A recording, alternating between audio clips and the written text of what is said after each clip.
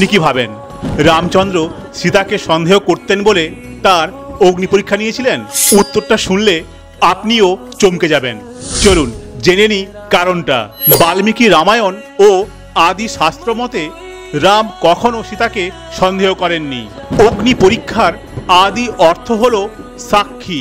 সীতা যখন লঙ্কায় ছিলেন তার পবিত্রতার সাক্ষী ছিলেন একমাত্র আগুন বা অগ্নি। প্রাচীন ব্যাখ্যা অনুযায়ী এটা কোনো পরীক্ষা ছিল না, এটা ছিল সত্যের প্রকাশ।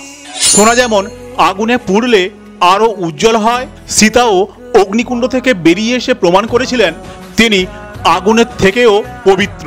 স্বয়ং অগ্নিদেব তাকে রামের হাতে তুলে দেন সমাজের মুখ বন্ধ করতে। রাম জানতেন সীতা পবিত্র, কিন্তু সমাজকে বিশ্বাস করাতে তার এই লীলা।